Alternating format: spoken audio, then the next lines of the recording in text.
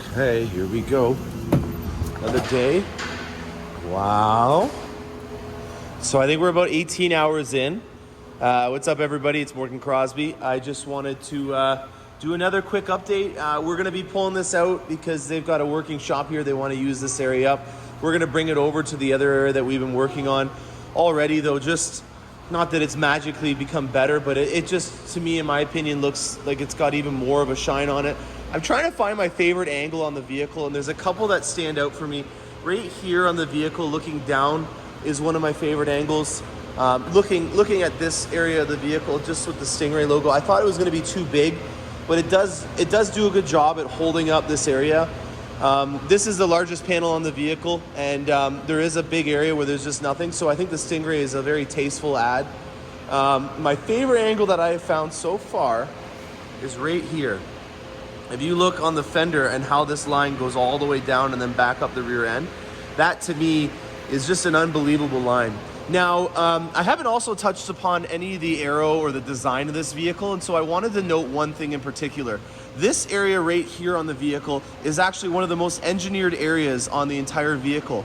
One of the reasons why this is such an area of focus is because the whole objective of this vehicle is to get the air to come through here, the heat exchangers, and then go also around the side of the vehicle and into those intakes there. And there's an amazing amount of wind tunnel work and aero work to be able to guide this air all the way throughout the vehicle to vent the brakes and then keep on the side of the vehicle, not disturbing too much air. Come in here, it's gonna have a transmission, cooler, there's another 2 heat exchangers on the vehicle, and then come out here. Another little cool thing that I will note is on this side, you will not see that there is a rad, but on this side, you will see that there's a rad. It is only models in the Arabic countries for desert use that they are going to be putting the rad on the other side, which to me is a dead giveaway that there's going to be obviously a rad coming on the higher performing models. I just think that's kind of unique that there's only one on the one side.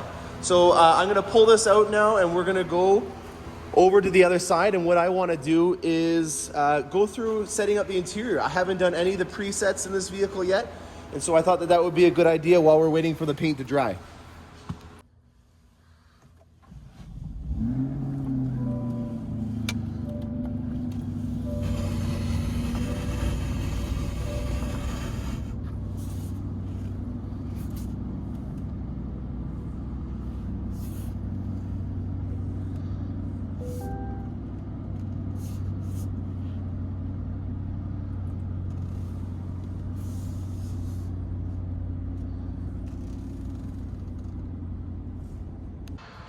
Okay, so I've got all the stuff from my previous vet in this bag, and whoa.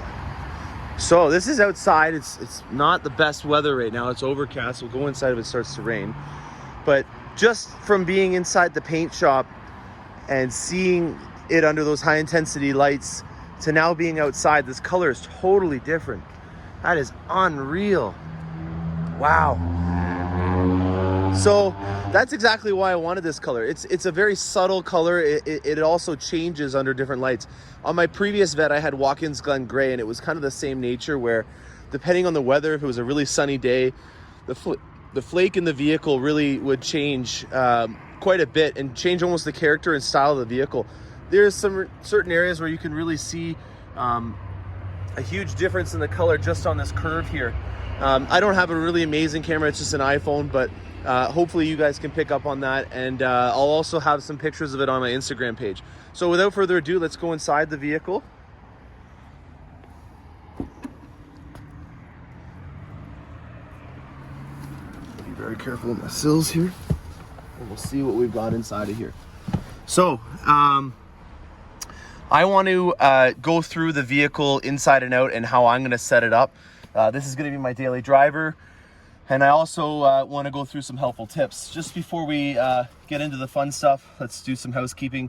I know that this sounds very dad-ish, but you got to have one of these in your vehicle. It's important to have. You don't know what kind of scenarios are going to be thrown at you, especially if you're going to be doing road trips with this vehicle.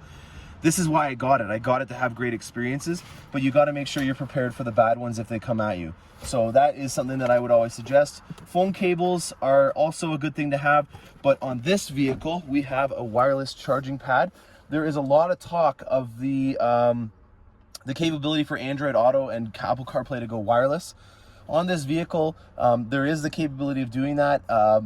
It's something that the technology has to meet your phone, so maybe you don't have the latest model, or maybe there's a new software update that's going to be coming, but this vehicle is capable of handling anything that you have for new phones for the next while. On that topic as well, this is a USB-C charger, so finally we have the newest technology in terms of charging abilities and being able to transfer energy and information to your vehicle. And then there's also NFC on the vehicle. So if you have an Android phone or an NFC capable phone, any iPhone, you can't do that because for some interesting reason, when you do tap it with the NFC, it just brings up your credit card in your Apple Pay wallet.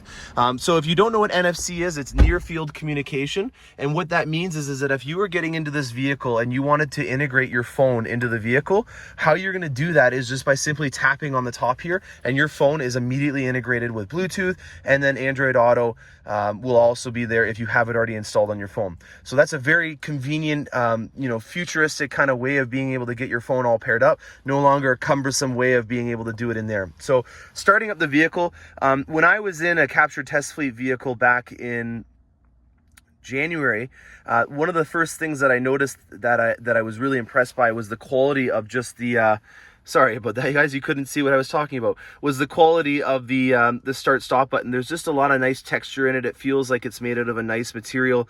I'm assuming it's probably aluminum. And then when you start it up, this is what you're going to see.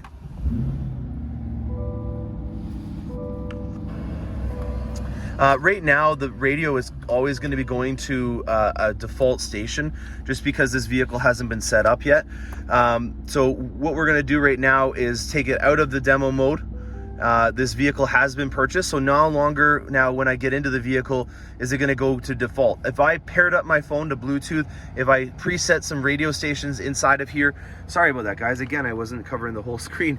If I preset some stations inside of here and then turn off the vehicle, everything would reset. Because it's in a demo mode, it won't have anything along those lines saved in it. So it's a little frustrating when you're trying to just get things set up on the vehicle because you're maybe just trying to get it home to your garage, and then you're going to want to mess around with all the little things.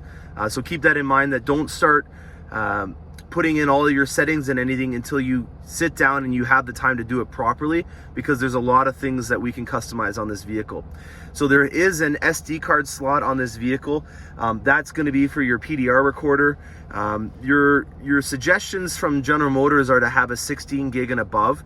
And it also, I think, notes that you shouldn't really go too crazy with the size of it as well.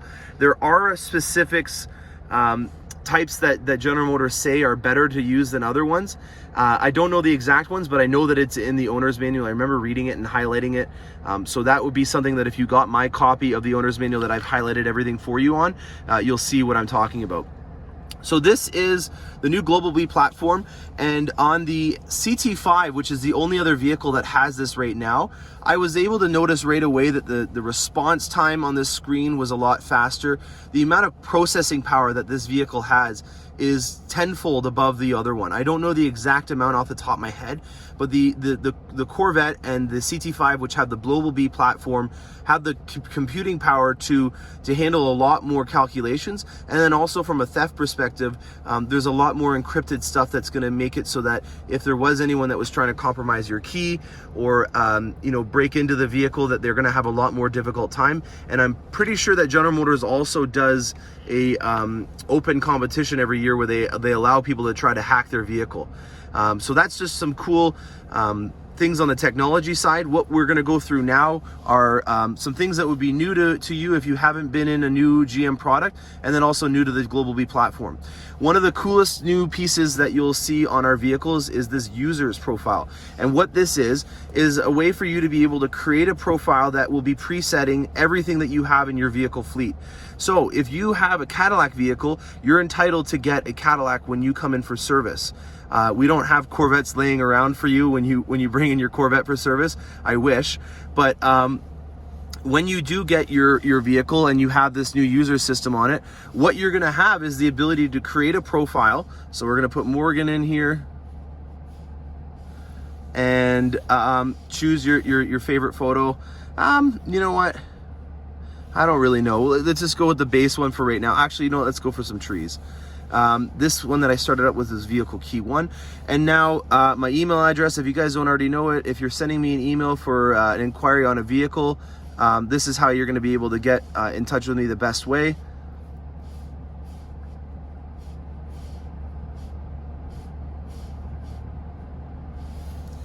There we go. Uh-oh, I got to put in a password now. We're going to look away. Maybe you can see some traffic while I just do this.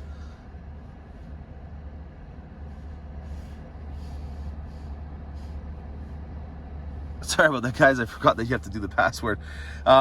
Anyway, so when you set up this password, you're going to be able to preset all the different things inside of your vehicle, and then it'll be memorized to your profile. So what that means is that when you get into a vehicle that maybe not is yours, it's a demo, you can immediately log in here, put your password and email, and then all the presets on this vehicle will be immediately set up to your functionality. So if you are traveling a lot, you do you know, maybe a lot of rental services with GM products, that's going to be a very convenient thing for you, because you're going to be able to have your seat settings and all of your radio settings automatically set up to what your likings are. So the other thing that we're going to do to customize the vehicle is in this settings menu right over here. The top menu here is 3 different submenus, and we're going to go right over to vehicle. Now on this, you'll see that there's a Z mode, and we've been talking about that in a lot of news articles, just because it's, you know, the first homage to Zora that we could find, and also it's a crazy cool new feature to have a preset function on your vehicle right on the steering wheel. So if I press this button, it's immediately going to change the entire character of the vehicle. We're going to go over the mode selectors and also how you can change the vehicle's character in further detail in other vehicles, but you got to give your car a heads up on what's trying to happen. They call it in the owner's manual spirited driving, and that's a really, you know, PG way of putting it, that you're going to be doing some stuff that's going to test the limits of this vehicle. The second one, which is also on other GM vehicles, not just this vehicle, is something called My Mode. And so that would be, in my opinion, similar to the Z Mode, but for a different function. Obviously the Z Mode function, wow, I didn't know it turns red. That's amazing. No way. Sorry, I saw a squirrel there. The My Mode is for maybe like if you were going to preset for road tripping mode. So for me, I love the sound of my engine. I think it's an amazing you know, soundtrack to have on the vehicle at all times. But if I'm going to be going down to Bowling Green to visit the plant, you know, after the 9th hour or the 10th hour, it gets a little old. Especially if you're trying to listen to a podcast or something like that. So you can put it into stealth mode or touring mode, so that maybe you can still have the really nice suspension, but you've also changed the exhaust as well. The brake response is a new one that I haven't seen on any previous vehicles, and I'm a little iffy on this. I'm going to be doing a further detailed review after I've had some time to work it in. And the main reason for that is that I like to memorize where my braking points are on my vehicle. I like to have it always in the back of my mind with muscle memory. What is it going to take for me to be able to stop? And if I am on the track, especially, you know, you're looking for landmarks and places that you know that you can start to brake at if you're trying to reach a top speed. And changing the response time that I would have in my brake, in my opinion, is something that I may not like, just because I want to have it at the exact point in my muscle memory at every single time. So I guess the blessing in disguise here is that I can just leave it in one mode and any single mode that I'm in. So instead of having it where it was in touring mode, track, and eco mode with different settings, I can go in here and individually change it around so that it was always permanently just in sport mode or always permanently in track mode. So I guess that's a blessing in disguise that they've opened this functionality up to be able to let you change it or leave it in any mode that you're in. Steering, pretty self-explanatory. And then for suspension, the mag ride, I touched upon that briefly in another video that we're going to be uploading earlier today. The mag ride is in its 4th generation, so it's called mag ride 4.0. Mag ride is an amazing system that will allow you to change the dampening of the vehicle and how responsive it is to going over bumps. So there's a railroad track that we go on. There's 2 different parts of it. on the demo drive, if you are fortunate to get a Corvette experience with me. We put it in touring mode for the first one, and then on the second one we put it in a track mode, and it really gives you an idea of how much the vehicle is able to handle bumps. I haven't had enough kilometers on this vehicle to give you my full review on how the ride is on this, but that's going to be what we're going to be focusing over the weekend, is getting this vehicle broken in. So my mode, very, very important thing. Again, touching on the fact that this is a very dynamic vehicle and that you can change the character of it with very easy touches of a button, or one generalized touch of the button right here. Climate and air quality, they're pretty self-explanatory what they are going to do. Changing the fan intensity, auto-cooled and auto-heated seats, which means that this vehicle will change the intensity of these seats once they get acclimated. So if it was, for some reason, a very cold day, 0 degrees in Canada, 32 degrees in America, the heated seats would automatically activate, and they would also increase and decrease in intensity as the temperature goes. In Canadian numbers, if the vehicle is below 8 degrees outside, all of our GM products, we're going to activate the heated seats, and then if it's above 16 degrees, the air-conditioned seats will automatically activate. This is the first Corvette with active driving assists on this vehicle. They're semi-autonomous, meaning that they were not going to do them on your own. This isn't something where you can just take your hands off the wheel and have this vehicle do all the things that you want and plinko, you know, from lane to lane. It's not going to be like that. This is still a driver's car, but we've given you a helping hand with having the blind spots sensors inside the windows.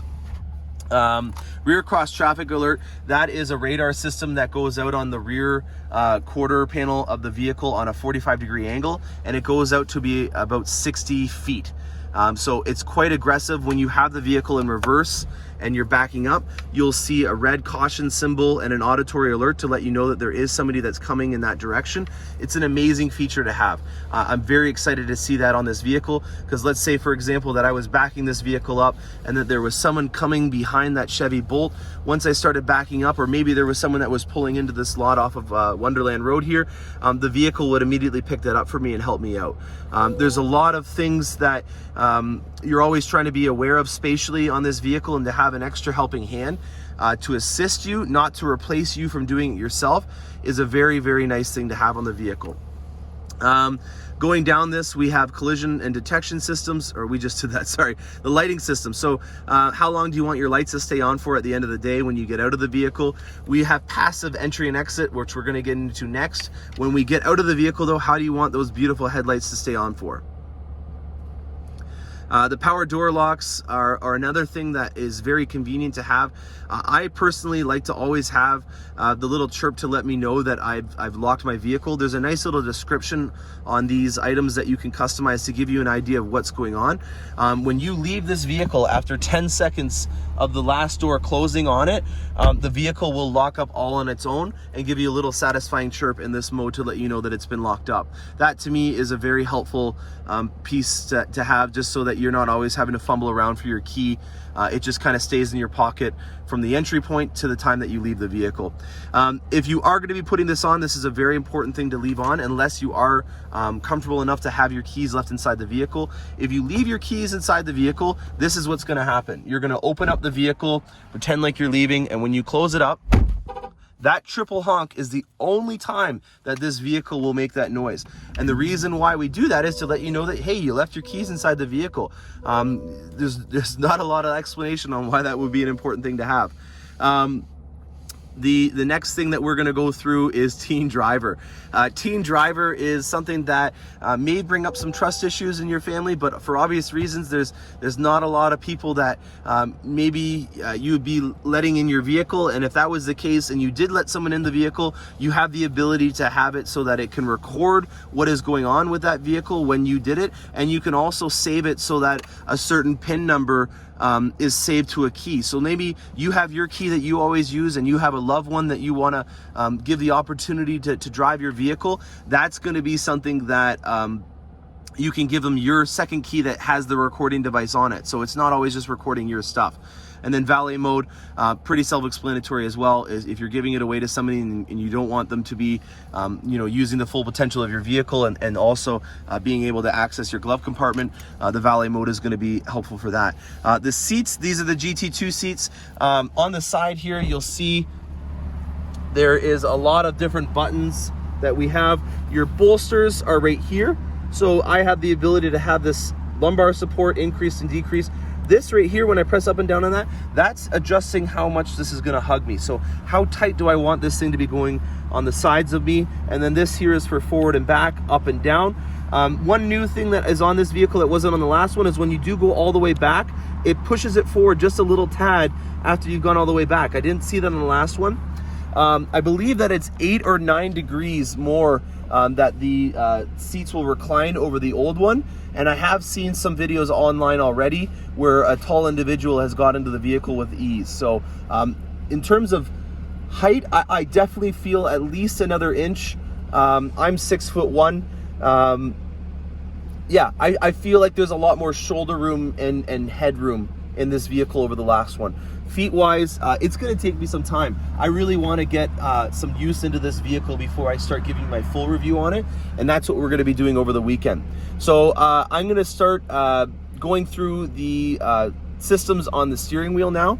On here, you'll see that there's themes. And the themes are set up right now to change whenever I change the mode. So if I'm gonna go from touring mode to sport mode, all of the different themes on this vehicle are gonna change with it. That is something that you can customize on your own to have it so that anytime you change the mode, the theme changes as well. Or you can have it so that it's always just in one specific mode. For me, I like having a nice round analog tachometer.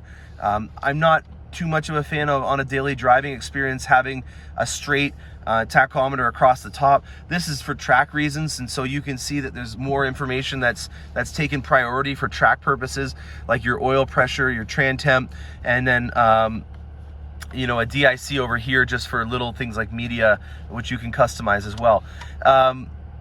For me, the sport mode has always been my favorite mode. Again, I haven't taken too much time to be able to determine if this is the mode that I'm gonna stay in, but for right now, this is where we're gonna sit. On this, we have so much information that we can pass along to you. I'm gonna do future videos where I break down each individual mode and setting. What we're using is this little track wheel right here on the steering wheel, so it's a different system than the old one. The tactile feel of this steering wheel is already miles above anything that I've had my hands on in a GM product. Porsche reviews have already noted that the paddle shifters on this vehicle just feel perfect. They're not plastic like they are on the new 911.